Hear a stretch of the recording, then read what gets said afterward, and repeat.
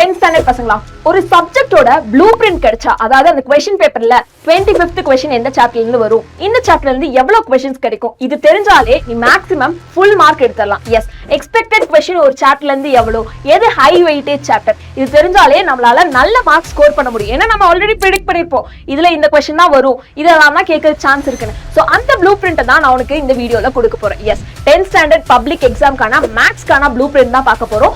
ஒவ்வொரு சாப்டர்ல இருந்து எவ்வளவு கொஸ்டின்ஸ் கேக்குறாங்க, எது ஹை வெயிட்டேஜ் சாப்டர்னு பார்க்கலாம். சோ இங்க பாருங்க, ஹாஃப் இயர்லி எக்ஸாம்ல இருந்து ப்ரீ போர்ட் பப்ளிக் எக்ஸாம் வரைக்கும் உனக்கு இதுதான் உன்னோட ப்ளூ பிரிண்டா இருக்க போகுது. ஃபர்ஸ்ட் சாப்டர் ரிலேஷன்ஸ் அண்ட் ஃபங்க்ஷன்ஸ்ல இருந்து 2 1 மார்க் கண்டிப்பா கேட்டுருவாங்க, 2 2 மார்க் இருக்கும், 2 5 மார்க் இருக்கும். சோ இது ரொம்ப இம்பார்ட்டன்டான ஒரு சாப்டரா, ஏன்னா இதுல இருந்து உனக்கு 4 இங்க வந்து ஒரு 10 mark plus 2 mark, so 16 marks இங்க இருந்தே வந்துருது. சோ இது ரொம்ப இம்பார்ட்டன்டான சாப்டர். நம்பர்ஸ் அண்ட் சீக்வன்ஸ்லயும் அதே தான், 2 கேட்டுறாங்க. இதுல வந்து நான் கம்பல்சரி எங்க இருந்து கேக்குறாங்கன்றதும் சொல்லிடுறேன். நெக்ஸ்ட் அல்ஜிப்ராலையும் பார்த்தனா உனக்கு 8 மார்க் ஒன்னு சேர்த்து வருது. அப்ப இது ரொம்ப அதிக வெயிட்டேஜ் இருக்க சாப்டரா இருக்குமா? எஸ். சோ இது ஒரு 16 மார்க் பிளஸ் ஒரு 8 மார்க் 24 மார்க் வந்து இதுல இருந்தே உனக்கு வந்துருது.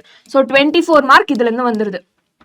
நெக்ஸ்ட் ஜியோமெட்ரியில உனக்கு 2 மார்க்கும் 5 மார்க்கும் அவ்வளவு இம்பார்ட்டன்ட் கிடையாது, ஏன்னா ஒவ்வொரு கொஸ்டின் தான் கேக்குறாங்க. சோ அதை ரெடியூஸ் பண்ணிட்டோம்னா இங்க ஒரு 2 மார்க் 4 9 பிளஸ் ஒரு 8 மார்க் வந்து 17 மார்க்ஸ் இதுல இருந்து வந்துருது. இதை நான் எய்தர் ஆர் சாய்ஸ் எல்லாம் சேர்த்து தான் சொல்றேன், ஓகேயா?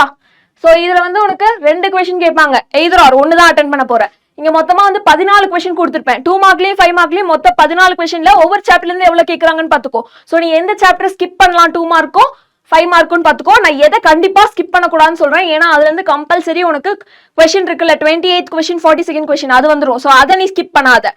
நெக்ஸ்ட் வந்து பார்த்தனா உனக்கு குவாடினேட் ஜியோமெட்ரியில இருந்து இங்க ஒரு 1 மார்க் தான் கம்மியா இருக்கு. அப்ப இதுல இருந்து ஒரு 15 மார்க் வந்துருது.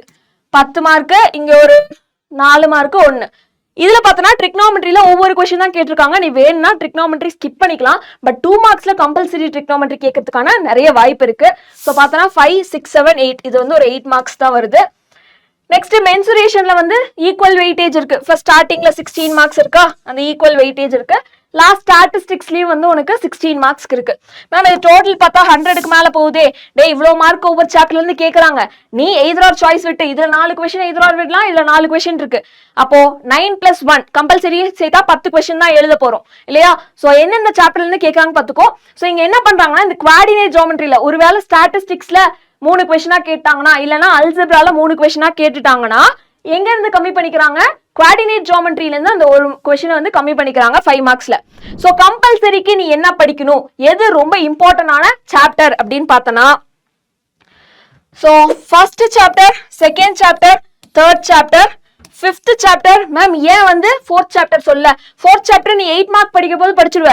இதுல பார்த்தனா 1 மார்க்கு 2 மார்க்கு வெயிட்டேஜ் கம்மி தானே. சோ அதனால சொல்றேன் 5th chapter and 7th chapter இதெல்லாம் தான் ரொம்ப ரொம்ப இம்பார்ட்டன்ட். இங்க இந்த சாப்டர்ல இந்த 1 மார்க் 8 மார்க் இது ரெண்டும் வந்து நீ பாத்துருவ.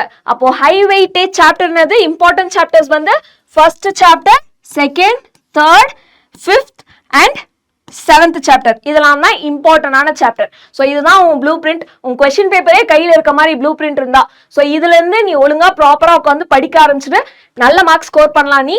அண்ட் உன்னை நீ ட்ரஸ்ட் பண்ணு, அப்படின்னாதான் உன்னால அந்த உன் ட்ரீம் மார்க்கை வாங்க முடியும். சரியா? All the best.